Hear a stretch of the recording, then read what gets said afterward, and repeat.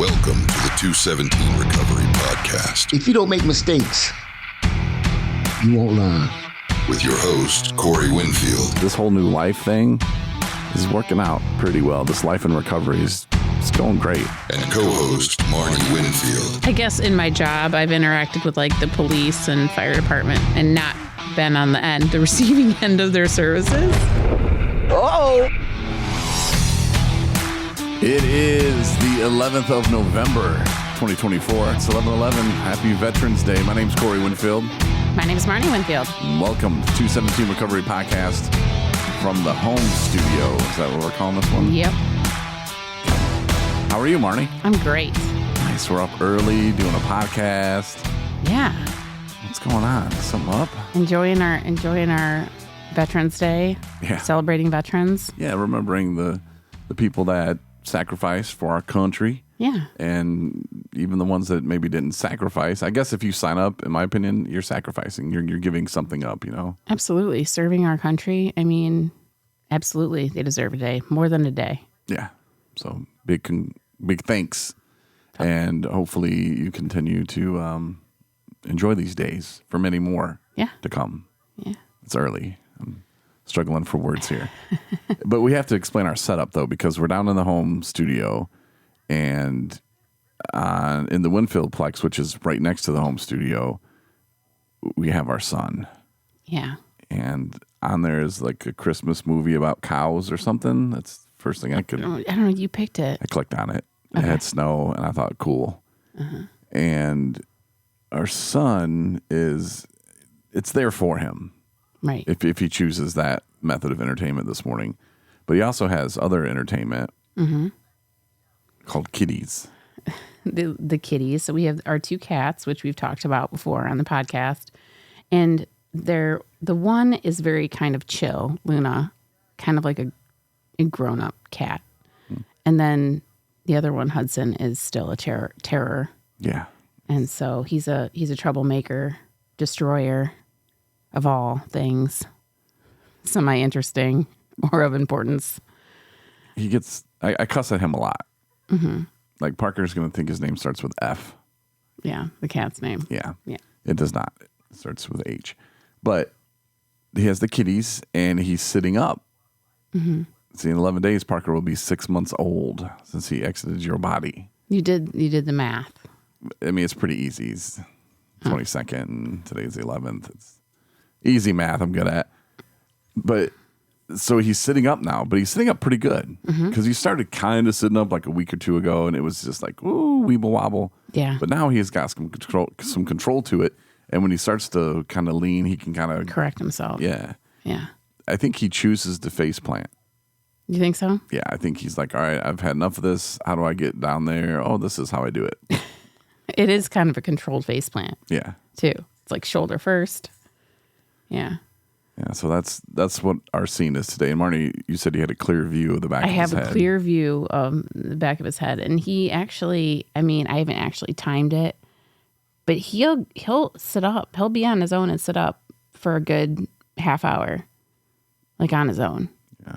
And be just fine, which has made it a lot easier on me, I mean, and you, for him, because now he's playing with things. Yes. So, like, he's entertained by, like, you know, tags of things and different parts. He'll pick up one toy and mess with it and put it down, pick up another. So where you run into issues is when stuff is out of his reach and he goes for it. And then he's like, I wasn't ready. I wasn't ready to topple yet. And then he can't obviously get himself. He doesn't have that kind of, you know, strength to be able to get himself back up. So if you're new to the podcast, this is Marnie and I. This is our first child. You know, This is something very new to us. We're in recovery. We're living this life that we once thought was not possible. Mm-hmm.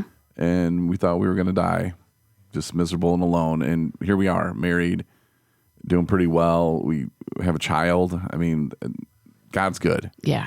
God's been really good to us. And yeah, we had to go through the hard times, but we appreciate the good times even more now. Absolutely. You know, from where we were at. So that's where we're at. And that's why we're, you know, kind of talking about our son and Parker. And if you have a child, maybe you can understand what we're talking about. You're like, oh, I remember when little Billy would face plant. You know, that was so cute. If there's any warnings you want to give us, because I'm sure you're going to be like, oh, well, wait till they start peeing everywhere. Or potty train it, or I don't know. I'm sure there's tips out there, and we will gladly take them. Mm-hmm. You know, Marney, you like the fact that he pees everywhere sometimes. No, it doesn't bother me. It's a game for Marney. It doesn't bother me like it bothers him. Like you would think it was like this toxic fluid. It's piss. He goes to change his diaper, and he's like puts another diaper on top of him in case he does pee. And I'm like, if he does pee, then that's wasting a whole entire diaper. I do not do that. Obviously. What I do is I take a wipey and I put it over this little action cannon. And then, so that way I'm not going to get sprayed. And I have another diaper underneath him ready to go. So like when I scoop his little booty in the poop and I wipe it, and then it's right there. And it takes time. Yeah. Like I can't just, hey, let's just change this diaper in 10. You can do it in 10 seconds. It'll take me a minimum like 2.5, 3 minutes. Yeah. And there's a whole process of like me getting it set up mentally, you know, for him and for me. He gets in his little sing-songy. Yeah, we got to start singing some songs about cleaning the booty, you know, and the poopy booty, and you gotta get into this mental state. And then you got to get the diaper underneath, and you got to get like 4 or 5 wipies out. Probably not going to need 4 or 5, but you know what? You got them just in case. And I've watched this when he hasn't known. I've been watching him do this whole process, and he will actually pause in all of these steps that he's describing very, very well. Yeah. But he'll stop and actually like have a whole conversation with Parker I will. in between. So that I'm like, he's been there like 8 or 9 minutes. Like, what are they doing? Like what? And he's in there. He's not changing any move, nothing. No hands are moving. He's just talking to him, and it's very endearing and adorable. And there's nothing wrong with it. It's just everybody's got his own thing, and that's your time, you know, that you set aside.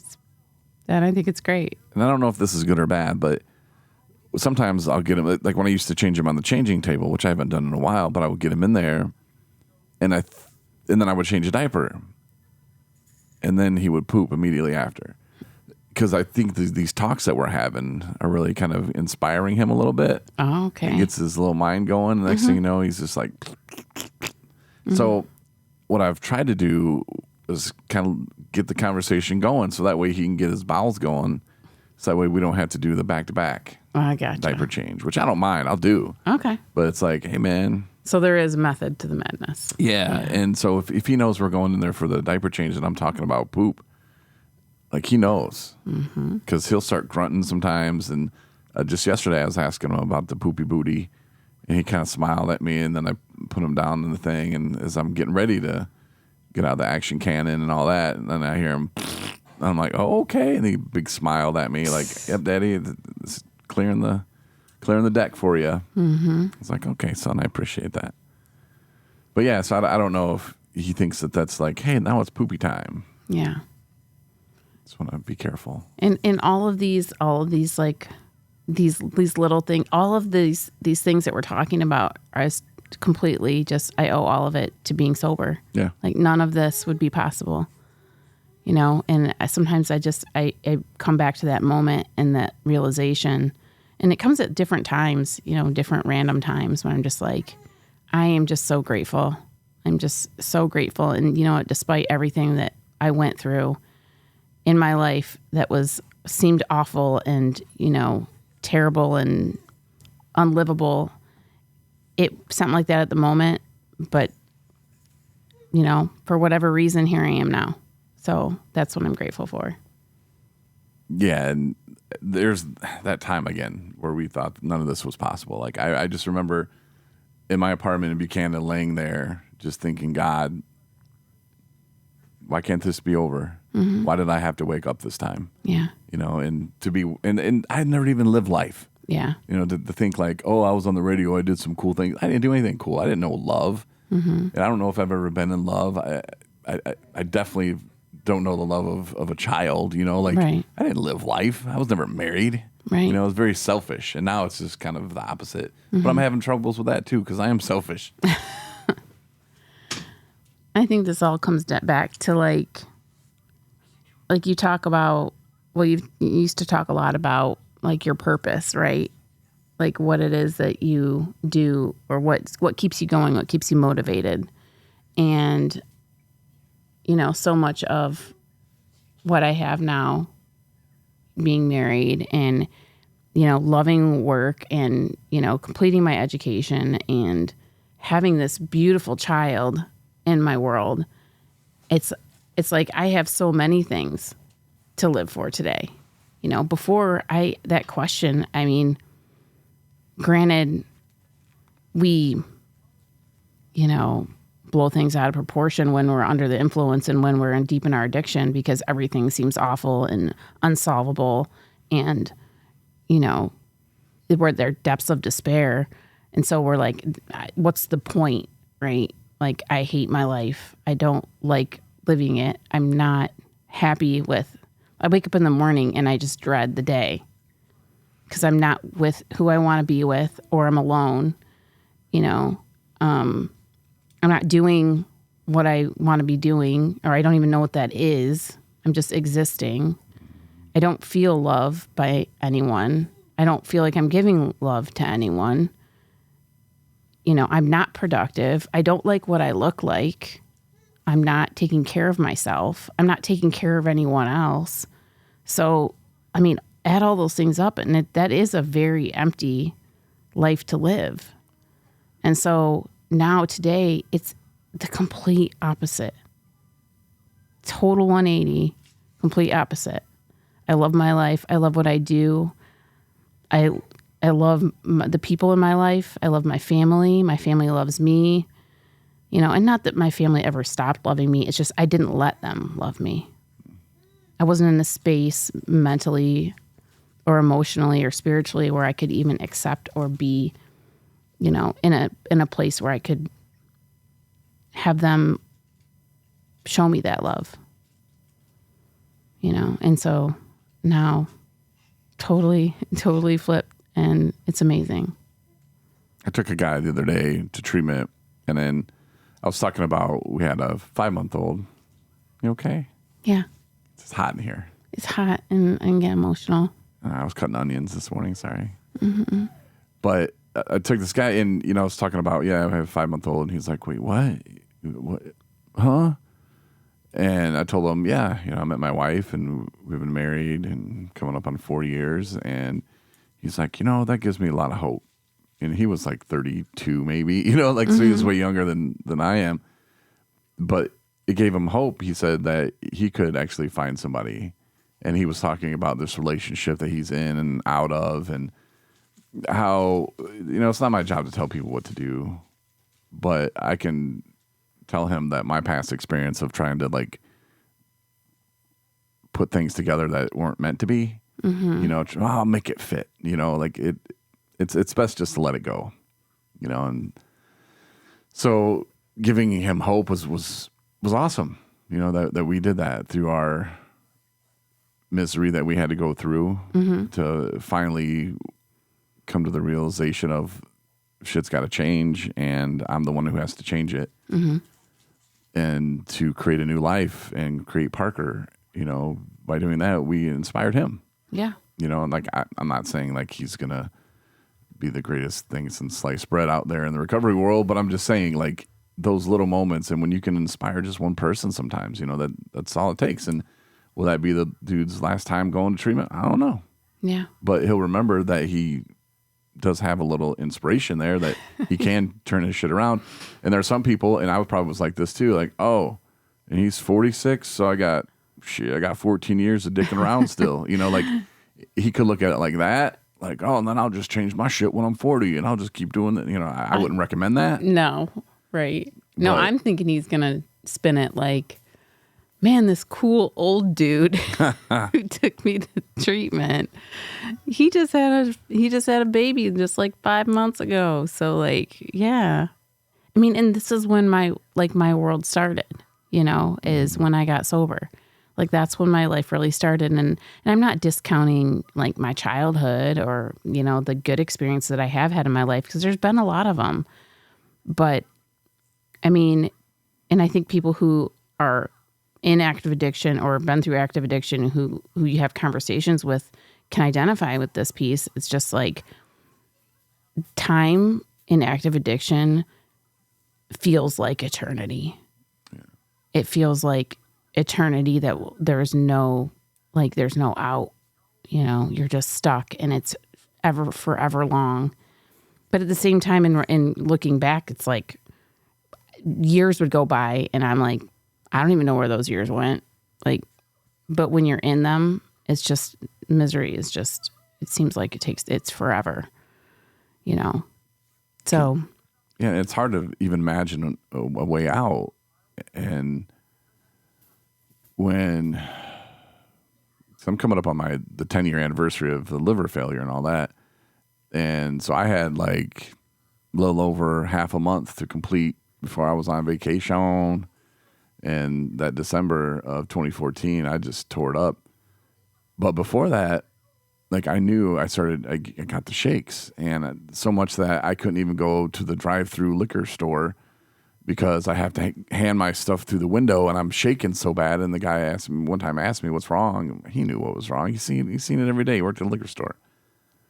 So I knew there was something wrong, but I didn't know what to do or how to reach out for help. I didn't think I needed help. I thought I could just slow it down on my own, which I couldn't.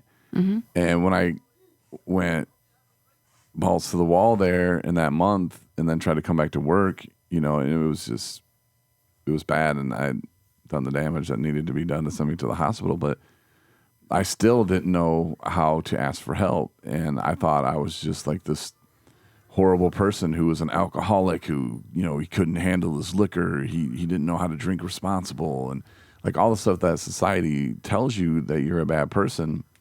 And I wasn't a bad person, man. It's alcohol. That's what it does. It's a disease. It doesn't say on the bottle, you keep drinking this, you're going to need 2 bottles. You're going to need 4 bottles. You're going to need more. You're going to switch. It doesn't tell you that, to get that same level of, like I want to escape. Right. And a lot of us, that's why we drink it, whether it's fun, escape, or whether it's escape misery or crying. No, I think he fell over. I picked him up earlier and put him back on his little booty. Yeah. And I think he's wanting a readjust. All right. So you'll readjust him. I'll keep talking about this story that I've talked about a million times. But it is important, though, to know that if someone's going through that in that same stage that I was, they're not going to see the clear view. They're not going to see, hey, in 5 years, you could be married and have a child and own a home and start a nonprofit and help people in recovery. All that was impossible. Like, I don't even think I thought about making it through a day without a drink. Like, how would I do that? That to me seemed impossible. So to like add it up to like, this is what your life could be. It would actually kind of make me more depressed sometimes. My mom would show me these videos. Look at this guy, or watch this, and this guy's doing great. Look at him, and he was a addict real bad, and he turned it around. And I'm like, yeah, that's not me. I can't do that. So don't compare people and their stories to other things, but just know that it does happen. But if you can just sit back and maybe talk with the person, if you know someone who's struggling or going through it, maybe talk with them like, what would you want to do? Like, if you could do anything in the world, what would you want to do? Because I think setting goals and having those dreams, without those, I wouldn't be here. Mm-hmm. If I wasn't like, I'm going to start a nonprofit, and I'm going to do this, and I'm going to start a podcast. But, and the thing is, too, is it's okay if you don't have an answer. Yeah. Because I don't think lots of times, I wasn't in that space where I could even wrap my head around like stopping, let alone it would just make me mad because I'm like, I can't even comprehend what I could be, what I'm capable of right now. Like, I don't even want to evaluate like what I can do or what are possibilities for me because I'm so sick, but to get on the other side of it, it does help to have that conversation about like, it doesn't have to be like this. Like, it doesn't have to be like this. Because every person who's stuck in their addiction has been sober at one time. Granted, it might have been when they were 13 years old, right? But they found joy at some point in something, and they can find it again. It's about figuring out how to let go of that obsession and putting down the bottle and figuring out that there's more. And in my case too, like I had some issues that I had suppressed deep down that I didn't want to deal with. You know, that I'm a guy, I'm cool, not depressed. That don't happen to me. Nothing to see here. You know, those kind of things. And until like it all came together, you know, and it came together in a treatment facility, which was good for me because it gave me that time to work on myself. Yeah. You know, a lot of people, I don't have 60 days. I don't have 90 days. I can't go that long. My job, my this, my that. Well, I don't have any of that. And eventually people do lose it all. So if you can take that time to get away, and it's a safe place away from your drug of choice, you know, and a safe place for you to work on yourself. And that's when, you know, if you got a couple weeks, you know, just go day at a time at first. But then when you start to get feeling better, and you'll start feeling better, and you'll start being able to think of goals, and that obsession will go away, and you can kind of replace the drinking or the drug use with the goals, you know, and that's kind of what I did. Like, I'm gonna start a podcast, okay. But the podcast turned into the nonprofit, which now, you know, turned into the 217 Recovery Center, and the things that we do now, and hopefully we have more things that we're going to do soon. But it had to start somewhere. Yeah. You know? Yeah. But anyway, I think Lil Man is needing attention.